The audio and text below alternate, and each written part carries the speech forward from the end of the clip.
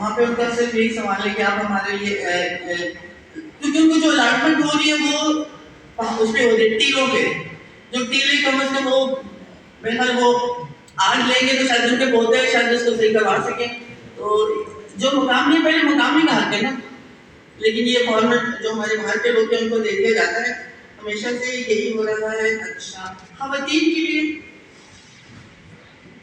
خواتین، بچے اور ٹرانسجینڈر ان کی بھی اسی طرح حالت ہے کہ خواتین میں بہت زیادہ تشدد کیا جاتا ہے. پچھلے دنوں ملتان میں ایک بچی اس کو قتل کیا، پھانسی پہ دے دیا گیا اس کے فیملی نے، سسرال والوں نے، جس کی ابھی انویسٹیگیشن ہو رہی ہے. اس کے علاوہ ایک اور ہماری ٹیچر تھی جو اپنے اسکول جا رہی تھی صبح کے وقت، بچوں کے سامنے اس کو گولی مار دی، لیکن اس کا کوئی کیونکہ وہ اہلکار سرکاری تھا تو اس کے خلاف کچھ ہو نہیں سکا، اور اس کے پیرنٹس ہیں وہ ابھی تک کسی انتظار میں ہیں.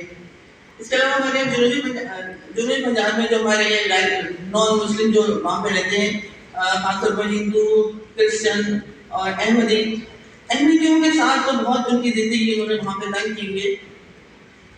ان کو نہ بولنے کی آزادی ہے، نہ وہ کسی سے بات کر سکتے ہیں، نہ وہ یہ بتا سکتے ہیں کہ ہم کون ہیں. ان کو مار دیا جاتا ہے کسی کوئی بھی وجہ بنا کے. مولوی کچھ کسی کو بتا دے کہ بھئی یہ قادیانی ہے، پر بس اس کے خاندان کی بھی خیر نہیں ہے.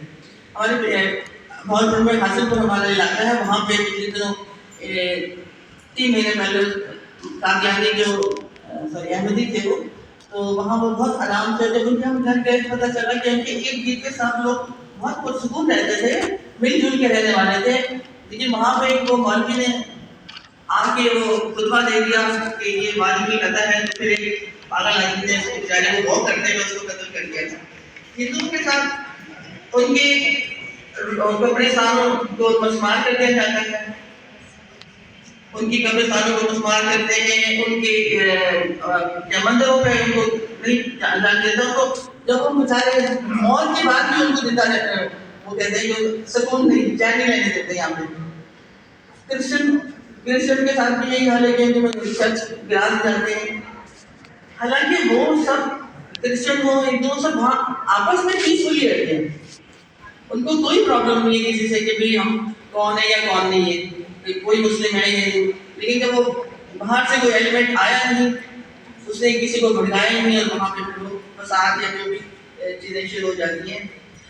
معاشی حالات جس طرح سارے پاکستان میں ہے، جنوبی پنجاب کا تو خیر اور زیادہ برا حال ہے، کیونکہ وہاں پہ نہ فیکٹریاں بنائی جاتی ہیں. سارا پچھلے دنوں جو بجٹ ہوا تھا تو پنجاب کا پورا، تو اس میں سے بھی جنوبی پنجاب کا حصہ کم کر دیا گیا، کیونکہ وہاں انہوں نے ایز یوزل اس کو پہلے 10% دیا تھا، تو اس کے بعد انہوں نے اس کو 7% کر دیا تھا.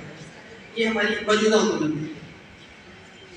اور جو آپ کو پتہ ہے معاشی حالات کی وجہ سے کیونکہ فیکٹریاں ساری بند ہو رہی ہیں تو مزدوروں کو نوکریاں نہیں ہیں، ان کے گھروں کے چولہے نہیں جلتے.